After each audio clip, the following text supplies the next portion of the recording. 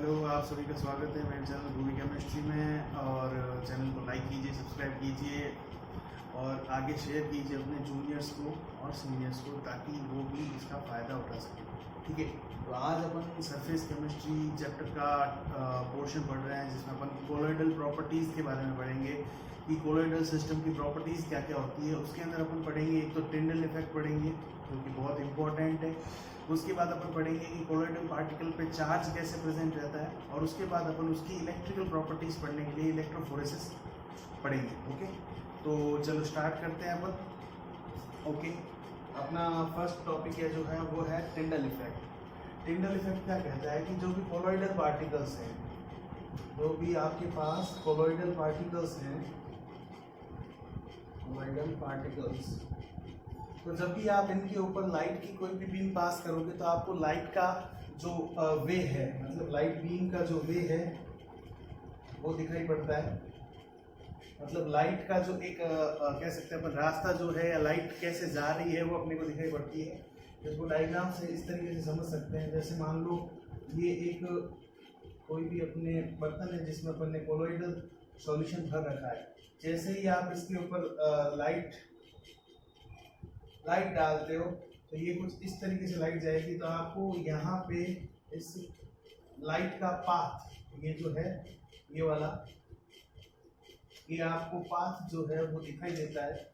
और इसी को टिंडल इफेक्ट बोला जाता है कि कोलोइडल पार्टिकल्स में एक प्रॉपर्टी होती है स्कैटरिंग ऑफ लाइट की, कि वे लाइट को स्कैटर्ड कर देते हैं। इसके कारण अपने को लाइट का पाथ दिखाई देता है, और लाइट का पाथ जो ये दिखाई देता है, इसी इल्यूमिनेटेड पाथ जो ये है, इस इल्यूमिनेटेड पाथ को बोला जाता है टिंडल कोन। ठीक है, इसको अपन यहाँ पे इस डायग्राम से समझ सकते हैं। यहाँ से लाइट जो पास हुई और ये जो पाथ दिखाई दे रहा है, इसको टिंडल कोन बोला जाता है। ठीक है, इल्यूमिनेटेड पाथ को।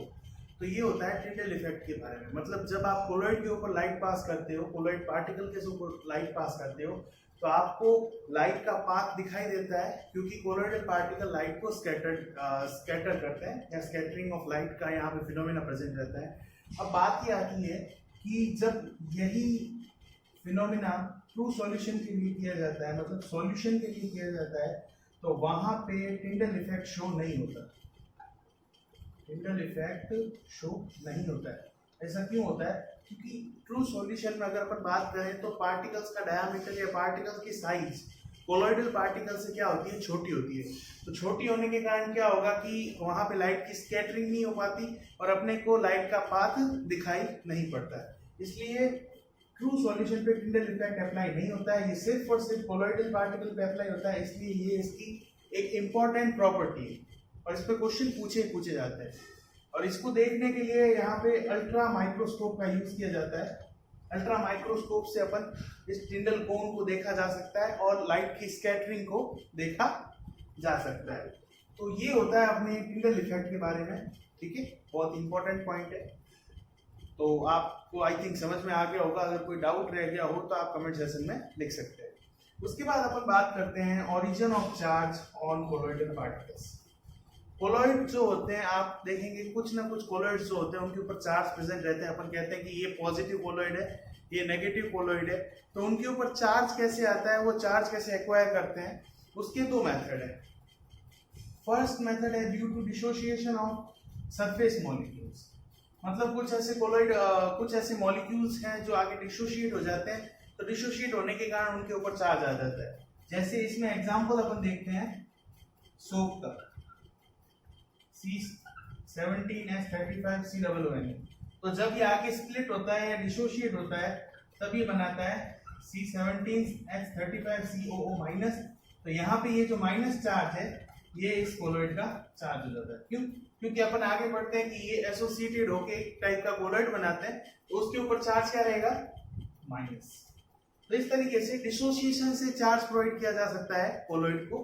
उसके बाद सेकंड मेथड है due to selective adsorption of ions. ये बहुत इंपॉर्टेंट मेथड है, और इसको अपन पूरा सही से पढ़ लेते हैं। ठीक है, बहुत इंपॉर्टेंट मेथड है due to adsorption of ions, है ना। ये कैसे होता है वो अपन देखेंगे।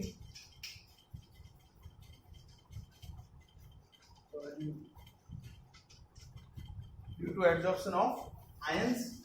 एक बात अपन को ध्यान रखनी है कि आप कोलॉइड पढ़ रहे हो जब भी, तो कोलॉइड में आप एक चीज देखोगे कि कोलॉइड में क्या क्या प्रेजेंट रहते हैं, डिस्पर्जन फेज और डिस्पर्जन मीडियम।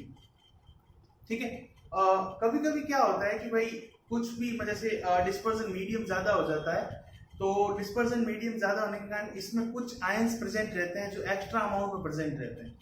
ठीक है, अब ये एक्स्ट्रा अमाउंट के आयन जो है वो प्रेफरेंशियली एड्जॉर्प्शन शो करते हैं। क्या शो करते हैं? Preferentially adsorption. Preferentially adsorption show करते हैं मतलब क्या होता है कि कुछ आयंस जो हैं वो एड्जॉर्ब हो जाते हैं कोलॉइड पार्टिकल्स पे, और उसके बाद उस कोलॉइड को अपन चार्ज्ड कोलॉइड बोलते हैं, या जिसपे पॉजिटिव और नेगेटिव चार्ज प्रेजेंट हो सकता है ना, पॉजिटिव और नेगेटिव चार्ज प्रेजेंट हो सकता है। तो इसको अपन समझने के लिए इस तरीके से बात करते हैं कि मेरे पास दो सॉल्यूशन है, एक मेरे पास है AgNO3 सॉल्यूशन और एक मेरे पास है Ki का सॉल्यूशन, पोटेशियम आयोडाइड का। ठीक है, जब इनकी आपस में रिएक्शन होगी तो अपने को पता है AgI इसका प्रेसिपिटेट बन जाता है। ठीक है, प्रेसिपिटेट बन जाता है। तो अब यहाँ पे बात ये आती है कि ये जो प्रेसिपिटेट आगे फर्दर कोलॉइड में कन्वर्ट होगा, इसमें कौन सा चार्ज आएगा। तो उस चार्ज को अपन एक बार करने के लिए यहाँ पे दो कंडीशंस बना देते हैं। पहली कंडीशन है, एक दूसरी कंडीशन बनाते हैं, AgNO3 plus Ki gives AgI। ठीक है, एक पार्ट में आप इसको एक्सिस में रख दो, ये AgNO3 ज्यादा है, और एक पार्ट में आपने क्या रख दिया, Ki को एक्सिस में रख दिया। अब देखो क्या फर्क पड़ता है, जब आप AgNO3 को एक्सिस में रखते हो तो Ki तो पूरा यूज हो गया और AgI यहाँ पे अपने पास एज अ प्रोडक्ट मिल गया अपने को। अब बात ये होती है कि ये AgI अपने पास एज अ प्रोडक्ट मिल गया, तो मैं इसको इस तरीके से शो कर देता हूँ, मेरे पास AgI मिल गया। अब AgNO3 एक्सिस है तो इसके पास कौन कौन से आयंस प्रेजेंट रहते हैं, Ag प्लस और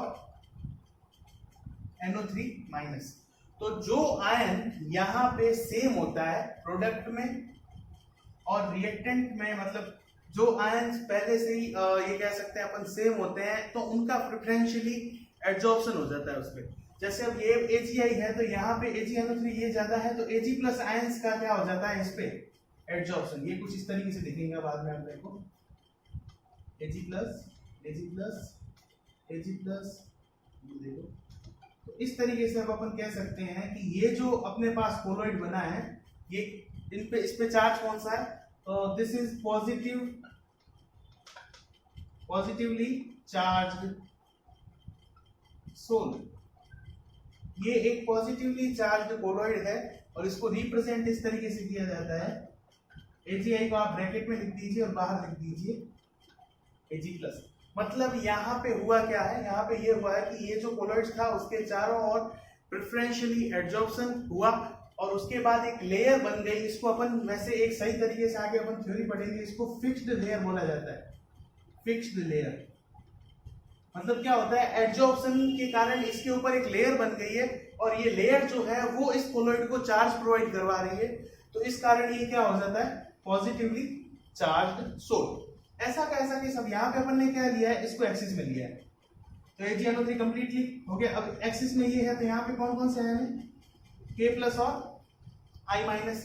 अब इसमें और इसमें कॉमन आयन कौन सा है, क्योंकि I माइनस कॉमन आयन है यहाँ पे, तो ये I माइनस जो आयन है वो इसके ऊपर क्या हो जाएगा, एड्सॉर्ब हो जाएगा।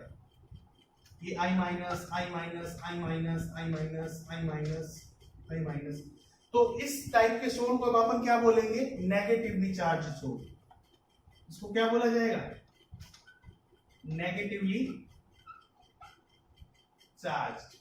इसको नेगेटिवली चार्ज सोल बोला जाएगा और इसको जब रिप्रेजेंट किया जाएगा तो वो कुछ इस तरीके से रिप्रेजेंट करेंगे अपन, AgI और बाहर I नेगेटिव। तो ये एक तरीके से नेगेटिव चार्ज सोल हो गया और ये एक तरीके से क्या हो गया, पॉजिटिवली चार्ज सोल। तो ये तरीका होता है जिसके कारण क्या होता है कि भाई कोलॉइड्स के ऊपर चार्ज कैसे एक्वायर किया जा सकता है। अपन किसी को पॉजिटिवली चार्ज सोल या नेगेटिवली चार्ज सोल कैसे बोलते हैं, इसके और भी बहुत से एग्जांपल है, जिसमें से एक एग्जांपल हो जाता है FeOH3 का। FeOH3 को किसके साथ ट्रीट किया जाता है, अपने को पता है FeCl3 के साथ ट्रीट किया जाता है। मैंने आपको पहले एग्जांपल बता चुका हूँ। पिछले वीडियोस में। तो यहाँ पे FeCl3 में Fe3+ ज्यादा है, Fe3+ ज्यादा होने के कारण ये FeOH3 के ऊपर क्या हो जाता है, Fe3+ आयंस एडजॉर्ब हो जाते हैं, Fe3+ आयन एडजॉर्ब हो जाते हैं, और Fe3+ आयंस के एडजॉर्प्शन के कारण ये एक पॉजिटिवली चार्ज सोल में कन्वर्ट हो जाता है। उसके बाद अगर यहीं पे अगर FeCl3 हटा दिया अपन यहाँ पे NH4OH ले लिया, तो इसमें और इसमें कौन कौन से आयन कॉमन है, OH- आयन कॉमन है, तो OH- आयन जो होंगे वो एडजॉर्ब हो जाएंगे सरफेस पे, और इसके कारण जो सोल बनेगा वो बनेगा नेगेटिवली चार्ज। तो इस तरीके से आप देख सकते हैं कोलॉइड्स के ऊपर चार्ज प्रेजेंट रहता है, और ये क्वेश्चन फ्रीक्वेंटली आस्क्ड क्वेश्चन है, हर बार लगभग पूछा ही जाता है इस क्वेश्चन को किसी न किसी रूप में, कभी छोटा कभी बड़ा, कभी शॉर्ट में पूछ लेंगे, कभी आपको लॉन्ग में पूछ लेंगे। आपको क्या दे देंगे, दो तरह के सॉल्यूशन दे देंगे, और आपको कहेंगे कि इनसे जो प्रोडक्ट बन रहा है वो प्रोडक्ट क्या होगा और उसके ऊपर चार्ज कौन सा होगा। तो अपने को इसमें कंफ्यूज नहीं होना है, जो भी आयन जो एक्सिस में दिया हुआ है और वो आयन प्रोडक्ट, मतलब जो भी आयन वहां पे क्या है, सेम है प्रोडक्ट का, और जो एक्सिस में अमाउंट दिया हुआ है, तो वही आयन एडजॉर्ब हो जाएगा और वही चार्ज उसके ऊपर प्रेजेंट रहेगा। तो ये होता है चार्ज किस तरीके से कोई भी कोलॉइड एक्वायर करेगा। उसके बाद अपन नेक्स्ट पॉइंट पढ़ेंगे कि इलेक्ट्रिकल प्रॉपर्टीज जो होती हैं वो कोलॉइड्स की किस तरीके से होती हैं, और कोलॉइड्स की इलेक्ट्रिकल प्रॉपर्टीज को समझने के लिए एक इलेक्ट्रिकल डबल लेयर थ्योरी भी दी गई है, तो उसको भी अपन पढ़ेंगे अभी। ओके, तो स्टार्ट करते हैं नेक्स्ट टॉपिक। ये आप चाहो तो नोट कर सकते हो।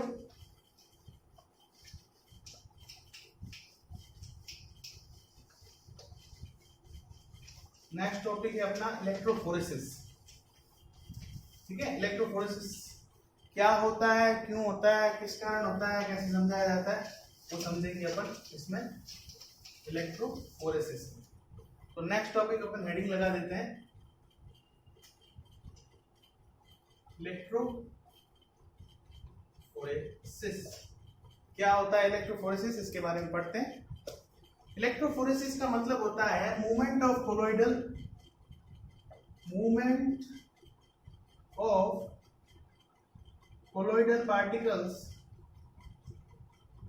Particles in electric field. मतलब जब आप किसी भी कोलॉइड के सॉल्यूशन पे इलेक्ट्रिक फील्ड अप्लाई करेंगे तो वहां पे कोलॉइडल पार्टिकल्स का मूवमेंट कैसा है, वो एनोड की साइड जा रहे हैं या कैथोड की साइड जा रहे हैं, वो इलेक्ट्रोफोरेसिस है। इस प्रोसेस को इलेक्ट्रोफोरेसिस बोला जाता है। इसको अपन समझ सकते हैं कि यू टाइप की शेप, यू शेप ट्यूब से आप देखेंगे, ये एक यू शेप ट्यूब है। ठीक है, यहां पे मैंने एक इलेक्ट्रोड लगा दिया है और एक इलेक्ट्रोड मैं यहां पे लगा देता हूं। ठीक है,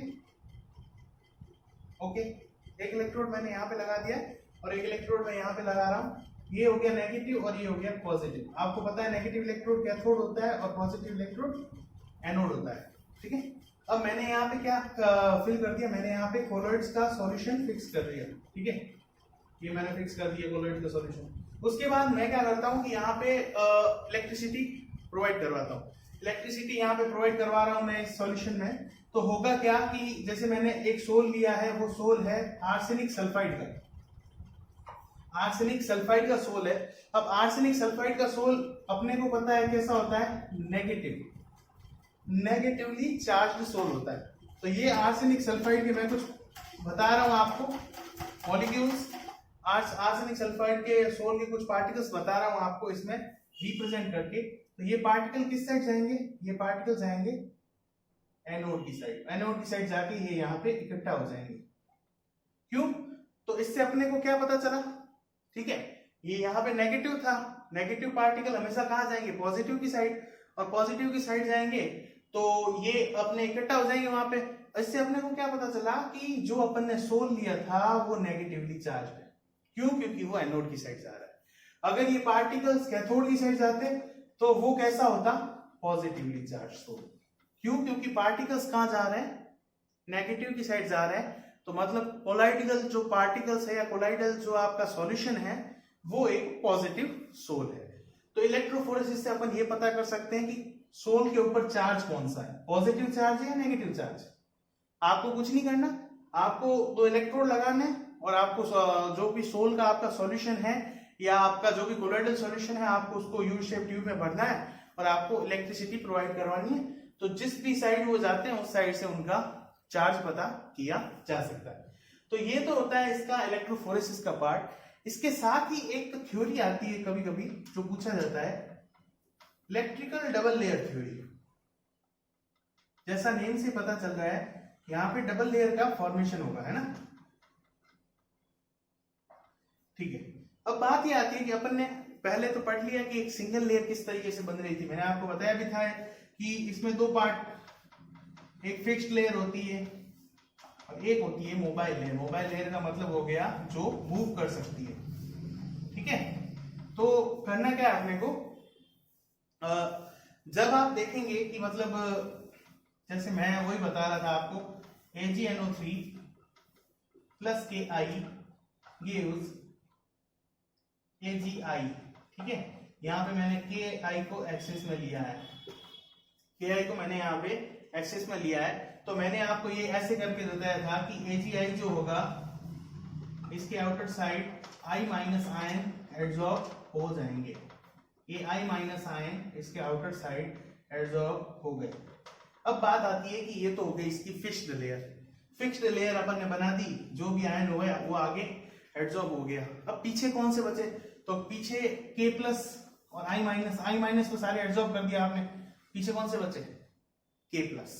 तो अब ये K प्लस आयन क्या करेंगे, K प्लस आयन इसके चारों ओर क्या करेंगे, मोबाइल लेयर की फॉर्म में प्रेजेंट रहेंगे। ये इस तरीके से K प्लस आयन इसके चारों ओर मोबाइल लेयर की फॉर्म में प्रेजेंट रहेंगे। और इन K प्लस आयन का टोटल चार्ज कितना होगा, जितना इसका होगा टोटल चार्ज। मतलब फिक्स्ड लेयर और मोबाइल लेयर दोनों का जो टोटल चार्ज होता है, इन दोनों को मिलाते हैं तो दोनों क्या आ जाता है, न्यूट्रल। और दोनों ही हमेशा अपोजिट चार्ज होते हैं। ठीक है, जैसे ये अंदर फिक्स्ड लेयर का नेगेटिव चार्ज है तो K प्लस का जो है वो पॉजिटिव चार्ज है। ठीक है, क्योंकि क्या हुआ कि यहाँ पे एक तो प्रेफरेंशियली एडजॉर्प्शन हो गया, वो तो फिक्स्ड लेयर हो गई। अब उसको न्यूट्रल करने के लिए क्या होता है, बाहर से जो एक मोबाइल लेयर प्रेजेंट रहती है अदर आयंस की, और वो भी सेम यही है, K प्लस आयंस है। ठीक है, तो अब होता क्या है कि ये हो गई अपनी फिक्स्ड लेयर, ये हो गई अपनी मोबाइल लेयर। अब सीधी सी बात है, दोनों के ऊपर डिफरेंट मतलब चार्ज है, मतलब दोनों का अगर टोटल चार्ज हो वो तो सेम होता है, बट दोनों के एक में पॉजिटिव चार्ज है, एक में नेगेटिव चार्ज है। तो यहाँ पे इसके कारण एक पोटेंशियल डिफरेंस जनरेट होता है, एक पोटेंशियल डिफरेंस यहाँ पे जनरेट होता है। और इस पोटेंशियल डिफरेंस को बोला जाता है जीटा पोटेंशियल। ये क्वेश्चन फ्रीक्वेंटली आस्क्ड क्वेश्चन में लिखना है, ये जीटा पोटेंशियल। इस पे सीधा क्वेश्चन पूछा जाता है कि व्हाट इज जीटा पोटेंशियल। तो इलेक्ट्रिकल डबल लेयर में जो पोटेंशियल डिफरेंस होता है उसको जीटा पोटेंशियल बोला जाता है, या कह सकते हैं इलेक्ट्रोकाइनेटिक पोटेंशियल।